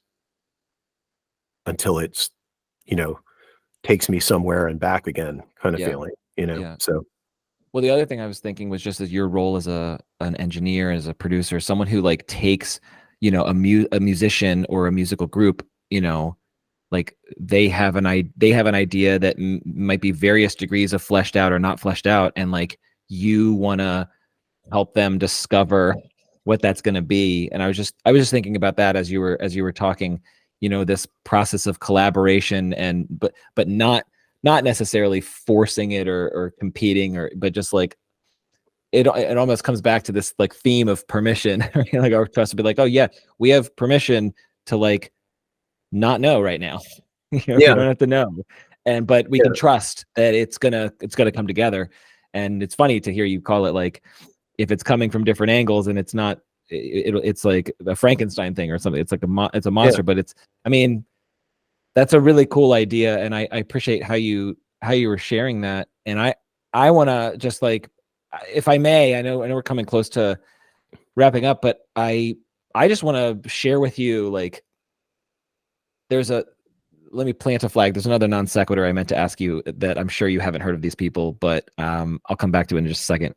When I was listening to the album, you know how there's some songs where on the second listen, you have a newfound appreciation, and there's other songs where, like, the first listen was like, you fell in love with it just on the first listen. Do you know what I'm saying? Yeah. So for me,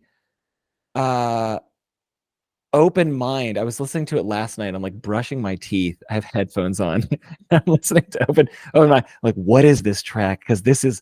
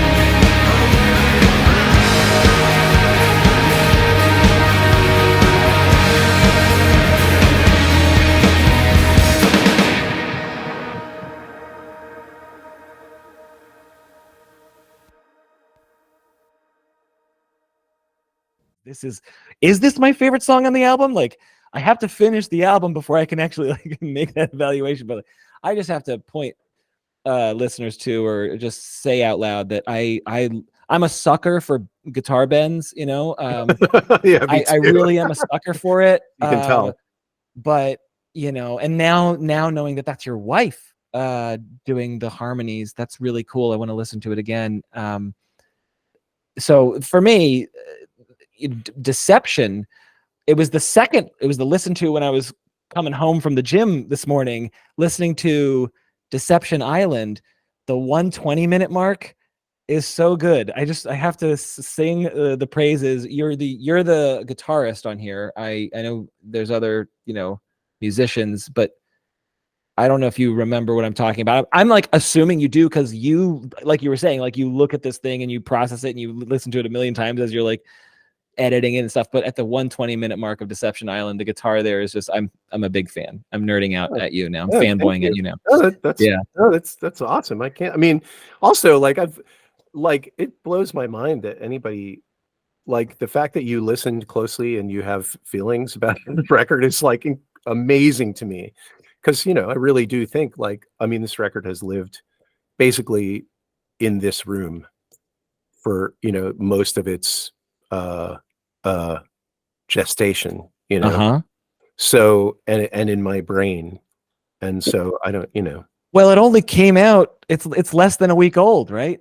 Yeah. So yeah. So I mean, and again, as a fellow musician and someone who works with stuff, I mean, when you know, you feel proud of something, and then when you hear someone else who appreciates it, yeah, it's like, oh, I've been working on this, or I first came up with it, and then I had to put it all together, and then I had to get the levels right. And is that the really way I want it to sound? And then when you actually release, when you birth the baby, and then it goes out there, like it hit. It was like I was sitting in my car, and I'm like listening to the guitar on that part, and I'm like, yes, this is yes.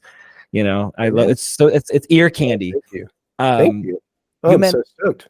You mentioned Gordon earlier in our conversation. He did cello on Last War. There were a couple of songs that I wrote, and maybe we don't have the time to get into them, probably. But the tracks that stood out to me that I might just, I mean, everyone should listen to the whole album, but if people are curious, what I liked about it, I liked Sonder and Last War, Open Mind, Deception Island. Again, that's only after 2 listens, so maybe other songs would stand out. But you should be really proud of this album. And thank you. Wow. I'm excited to come see it performed by, you know, you and your boys. I mean, like, so Darren Zentek he's playing drums. As a matter of fact, Darren is not playing drums on the tour, and Brooks is not playing bass on the tour for the first time, because Brooks, I mean, Pete Moffat is playing drums, who was the drummer on Unbecoming. And Pete's really been the drummer in the J. Robbins band for really the vast majority of what we've done live. And you know, he's really up for touring. I mean, he's one of my oldest and dearest friends, and he's, you know, it's funny because Pete and Darren have like a mutual admiration society for each other, which is really wonderful to see, you know, and because they're both just like fucking incredible. So, but Darren is definitely, I mean, Darren has another band, Continuals, who are really fantastic. And, you know, he's got a full-time job and is not somebody who really loves to go out and tour, you know. And Pete lives in Nashville, but he does love to go out and tour. And so, you know, I hope that I just get to carry on collaborating with both of them, because they're both like super inspiring to me. But and I mean, same goes for Brooks. Brooks plays guitar in War on Women, and that's really his band, you know, his main musical focus. And I'm just lucky that he likes playing bass, and he likes my songs, and he's a dear friend, and is just, we have such a good understanding. And up till now, we've never had a schedule conflict, but this time we did. Mhm. So Matt Dowling, who is an incredible bass player and a great dude that I've recorded a bunch of times. I know Matt. Yeah. So Matt is actually playing bass with us on this trip For the whole tour? Yeah. Awesome. Awesome. Yeah. So Now, it'll be me and Pete and Gordon and Matt. that's fantastic. Yeah. That's fantastic. Yeah. Now let me ask you, because listeners tune in from all around the country and all around the world.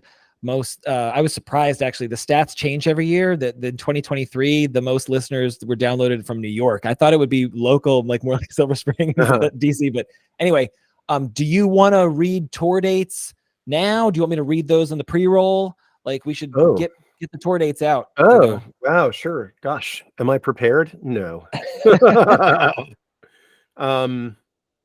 Well, while you're pulling that up, I just want to say, I'll actually ask you the other non sequitur. After listening to Basilisk, the Spotify algorithm recommended Andy Barrett and Jennifer Kunze. Do you know these artists? No, but I'm going to go look them up. That's really funny. Yeah. Well, I'm wondering, like, it also it's flavored by my algorithm, obviously, but like, it's just interesting. I mean, who have you, before you pull up and say tour dates, who have you been told you sound like?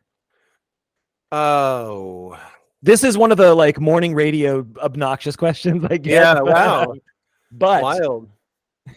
I mean, God, I don't know. Nobody really tells me. I mean, people are like, when the subject of XTC comes up, they're like a super huge influence on me. I mean, massive, especially that sort of early middle from Drums and Wires through about Big Express, really. So that kind of like 80s, mid to late 80s XTC. And I feel like when that subject has come up, people often go, I knew you liked XTC. I could hear it. Right. Which I take as nothing but a compliment. That's like a huge one. Yeah.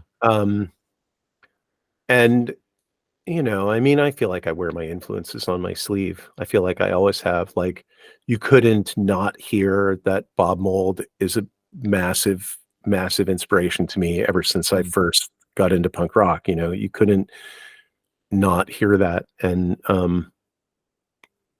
mean, I spent a long time in Jawbox trying to sort of subvert and in Burning Airlines too, trying to subvert or kind of disguise that influence. And I just thought, like, that's no way to get to your own genuine voice. Like, there's no way out but through, right? Yeah. So yes, that's right. So I mean, I think it's pretty much, I mean, he's definitely in there, but yeah, I mean, it's all good. These were questions when I was stalling while you pulled up the tour dates, and I was like, I didn't pull them up. I can't do two things at once. I know. Well, for listeners, women are the female brain is better at multitasking. Multitasking is a myth, so it's really just task switching, and us guys kind of suck at it. We all relate to this. Hang on a minute. So again, DC. February 24th at Comet Ping Pong. The show, I guess, doors open maybe at 9 or show starts at 10. Oh, God. You know what? I did not arm myself with all the proper information. It says on the website 10 p.m. And so people can go buy tickets. I'm going to put the link to that show up, but also, yeah. So that's. But I have to say about that Comet Ping Pong show, whether you give a shit about any music that I've ever made or not, like, don't even worry about me. Go to that show to see Hammer No More of the Fingers. Fuck yeah. Because they are they're just, you won't regret it. You seriously, like, if you think everything else that has ever come out of my mouth is bullshit, like, this is 100% true statement. Hammer No More of the Fingers will make your life better. It will. They will. Great band. They will. They're a great band. They're one of my favorite bands that most people have never heard of, and it's always a joy because it's like, I can't wait until you. It's like when someone's like, "Oh, you've never seen that movie? I can't wait until you see this movie." Yeah, totally. So here we go. So the tour is the 15th we're playing in Columbus, Ohio at Ace of Cups. The 16th of February, we will be in Chicago at Beat Kitchen with my dear friend Alan Epley supporting in his solo project band. Alan, who is the singer of Shiner. And the other band on that show is Deep Tunnel Project, which features former members of Tar. They're also a really great band. That's going to be a killer show. The next night, the 17th, is in Cleveland at the Grog Shop. The 18th in Pittsburgh, Pennsylvania at the Government Center Record Shop. Then we have February 20th, we're playing in Brooklyn at Union Pool with Savak, which I'm super stoked about. And that's a free show, Tuesday the 20th in Brooklyn at Union Pool. 21st in Troy, New York at No Fun. 22nd in Medford, Massachusetts, which is right near Boston at Deep Cuts. The 23rd, we're playing in Philly at Johnny Brenda's. Hell yeah. And the 24th, we're at Comet Ping Pong. And that's a nice 10-day tour that I'm very, very much excited for. And then we have some other shows coming up in April. In May, we're playing in Westminster, Maryland. May. Let me find that date because that's going to be a really. If only that was where I was going to from Carroll County for my dad's birthday party. Well, I don't know. I mean, come to that show. That's going to be really cool. It's at the Carroll Arts Center, and it's in conjunction with an anniversary celebration for the movie Salad Days and a photo exhibit of Jim Saw's photography. Okay. That's going to be a super cool show on the 25th of May, and then the 26th. We're going to play at Caterwaul Festival in Minneapolis. That's in May, but before May, we're playing in April too. We're playing in April 19th in Nashville, April 20th in Louisville, and April 21st in Morgantown, so West Virginia. So go Mountaineers. Yeah. Yes. Yeah. Well, I won't be at the May 25th. That's my birthday. That's a Saturday. Oh, wow. So I'm sure that'll be the birthday party. But it sounds like DC is the homecoming show. It's the last show on tour, right? So it's gonna be it's the last show of the 10-day stretch. Yeah. And, I'm super. I've never been to Comet Ping Pong, but I've never played there, so I'm excited for that. I've played Comet, and they treat them. I hope they still, if they're still under the same ownership, they treat musicians very well. Better than any venue I've played at. So yeah. And Jay, for folks who are like driving or they are not able to where can they go to learn more, to listen to your music and to find dates and stuff? Where should people go? The best resource is probably my Bandcamp page, which is just, if you go on to Bandcamp and you search J.Robbins, I'll be there. The tour dates are there, and also links to the other. I mean, I have my whole web presence is kind of a disaster. I have a Tumblr page instead of a website, so we'll link the Bandcamp. We'll put the Bandcamp link there. I mean, if anybody wants to see a really spectacularly underdeveloped Tumblr page, they can go to jrobbins.net, and that has ticket links for the shows and so on. But the Bandcamp page is probably the best place to go, and there's a link tree there with the other. Perfect. Well, Instagram and all the rest of that stuff. Awesome. Well, Jay, I really, really appreciate. I very much enjoyed this conversation. Really appreciate your time, and thanks for coming on the show. Oh, it's so fun. Thank you so much, Robin. It was nice to see you. Yeah. And, yeah.